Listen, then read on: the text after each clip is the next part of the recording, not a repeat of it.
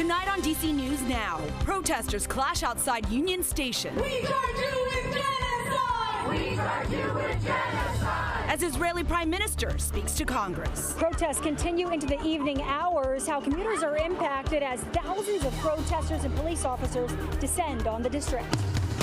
And scattered showers around the DMV. Chief Meteorologist Janessa Webb is tracking when we could see the possibility of storms. Delta delays causing dysfunction for travelers. Many are left searching for their bags lost days after that global tech outage. In the airport for hours and hours and hours. And Commander's training camp kicks off. Why expectations are sky high. You're watching the station covering all of the DMV. This is DC News Now. Hi, everyone. Thanks for joining us tonight for DC News Now at 6 o'clock. I'm Chris Flanagan. And I'm Susan Tran. Let's talk about this very volatile situation throughout the day. We're talking about protesters that, as you can see right here, they have been clashing with police. We're talking hundreds gathering at this rally against Israeli Prime Minister Benjamin Netanyahu's speech before Congress, and then, of course, tomorrow's meeting with President Biden. Yeah, let's head out right now to our Leonard N. Fleming, who's been tracking the protests all day long.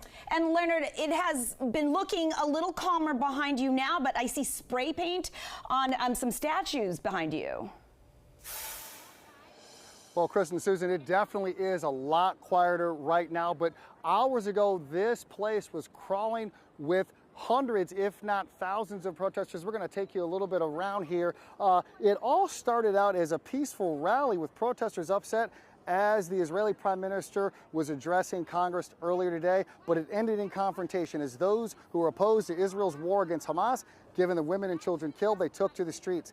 And as protesters were marching to Union Station, Capitol Police in gas masks moved in to disperse the large crowd that you could see for a few blocks. Many people were pepper sprayed as they marched toward Union Station. Here are two people who attended the rally earlier today on different sides of the war debate before the chaos began. Enabling his voice to continue this genocide, to continue to mass murder innocent individuals in this name of Hamas. So I decided to come out here and make sure that even though there's a lot of bullies out here, I'm going to stand up for what I believe is right and for our country's values, which is freedom and democracy. Even though it's quiet out here tonight, more protesters are expected to flood the Watergate Hotel area where the Israeli Prime Minister is apparently staying tonight. So that's something that we will keep an eye on here at DC News Now. Reporting from Union Station, Leonard N. Fleming, DC News Now. Back to you. Oh, you can't hide! Netanyahu, you can't hide! We charge you with genocide! We charge you with genocide! And as Leonard mentioned, this is outside the Watergate Hotel. Video of supporters of Palestine outside of Netanyahu's hotel earlier today. They were chanting there as he was leaving for his Capitol Hill speech, demanding an end to the war there in Gaza. So those protests and increased security have causing chaos during the commute home. There have been pop-up protests stopping traffic on streets throughout downtown D.C. today. And this, of course, in addition to all of those street closures, detours, and metro changes already in place for his visit. DC News Now's Randy Bass is outside of Union Station with the very latest. Yes, several entrances are closed here at Union Station as a result of the protests that happened here today. You can see now Amtrak police are asking everybody to present a ticket on their way into the station today. Protesters descended on the station around 3 o'clock this afternoon. An incredibly large police presence here that's only gotten larger. Officers from just about every agency you can think of are here on patrol right now. Commuters trying to get home by car are having trouble too as roads are blocked off around the Capitol and around Columbus Circle here in Northeast at Union Station. People walking also having to navigate around crowds, people taking down and burning American flags earlier today, chanting, yelling, screaming, waving flags, using megaphones to make their voices heard. People we talked to here say it was a confusing day to try and get around D.C. It's been really confusing because the entire city has been set up.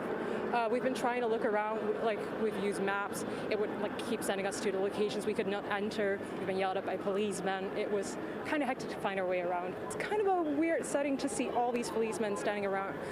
It's really hard to tell even that it's a train station just by looking at it. Now, it's not clear when operations here at Union Station will return to normal or when protesters will pack up for the day and head home. We'll keep you updated right here on DC News Now. At Union Station, I'm Randy Bass. Back to you. Turn our attention now to the weather, and I feel like it wasn't bad today. Not too bad. A few showers here and there, right? But yeah, okay. Intermittent showers, right. Really not a complete washout. Now tomorrow, we'll see. There's always tomorrow. Yeah, there's always tomorrow, right? A complete washout across the region. Have the umbrella handy, rain gear, because we have a line of storms that are going to highly impact the DMV as we head into tomorrow. Here's the current situation. Most of the showers that we dealt with earlier are exiting out towards Baltimore County, and you can see to our west we're finally drying out. So central Montgomery County, a few stray showers at this point, but really quickly pushing offshore. We'll keep an instability in the atmosphere throughout the next couple of hours, but as sunset starts to fall, any activity starts to really dissipate in nature, and so we'll continue to dry out, but the increase in clouds still going to be in full effect. Temperatures right now 81 for DC, out towards Loudoun County. Good evening, 77, and across the corridor of I-95, Northern Virginia, we hover into the middle 80s. So here's what's causing the pop-up activity that we're seeing, but we are awaiting the arrival of a larger cold front that will impact our region going into tomorrow. So 8, 9 o'clock, upper 70s with some scattered rain showers across the region, but no heavy downpours for tonight. That activity is going to hold off for your Thursday, but guess what? That humidity, it's going to start to go down as we finish off the week. I have your full extended forecast. It's coming up. All right, Janessa, we'll see that. Meanwhile, police still trying to figure out how a construction worker was killed on the job in Alexandria, Virginia today. It happened around 7:30 this morning on Duke Street near the old Sears building. Police said the man was inside an enclosed construction site when a car hit him. No word yet if any charges will be filed against that driver. One person arrested, and police are still searching for a second suspect in a deadly double shooting last week in Hagerstown, Maryland. Brandon Hinton Jr. is now facing murder charges. Investigators say he shot 2 men in an East Washington Street home. This was Thursday, killing Rusty Edwards. Now the other victim, Nathan Matthews, was treated at the hospital and will be okay. Police again are still searching for that second suspect. A shakeup at a doggy daycare in D.C. District Dogs has a new boss. Her name is Tina Leone. Now, Leone founded Sports Dog Rescue International. She's also a former board member of the Animal Welfare League of Alexandria. That announcement comes nearly a year after a deadly flood at District Dogs' Northeast D.C. location, which killed 10 dogs.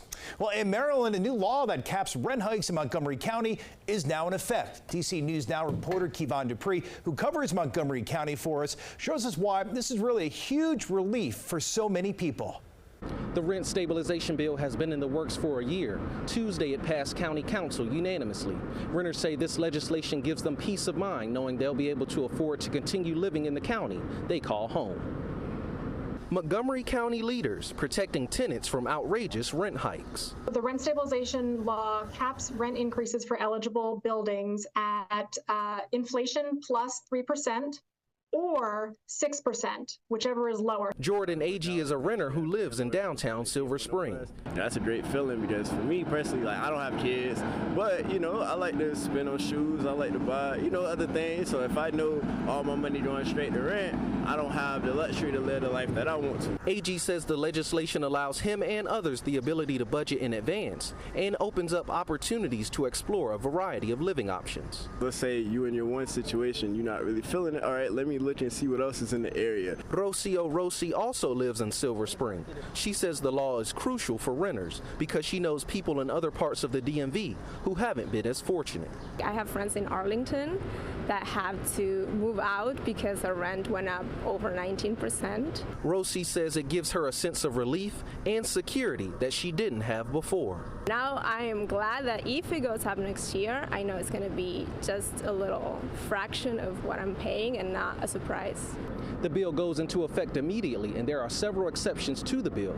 Councilmember Mink says it does not cover Rockville or Gaithersburg. Reporting in Silver Spring, I'm Kevon Dupree, DC News Now. New developments, another important step forward in building of the Key Bridge there in Baltimore. The Maryland Transportation Authority got an important federal environmental approval. Now, the federal agency says that since the replacement bridge will be within the same footprint of the old overpass and have the same capacity of 4 lanes, it does not anticipate significant impacts to the community or natural resources.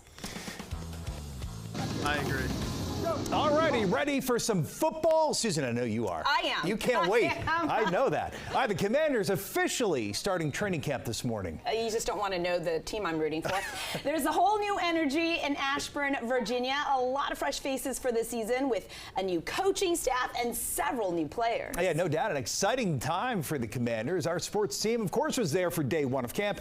Coming up later in this hour, sports reporters Alex Flum and Jake Rahm will show us the latest roster buzz ahead of the NFL season. They kick it off September 8th. We can't wait for it. And I'm cheering for a former Commander, Jacoby Brissett. There you go. Just at another team. The Patriots. Right.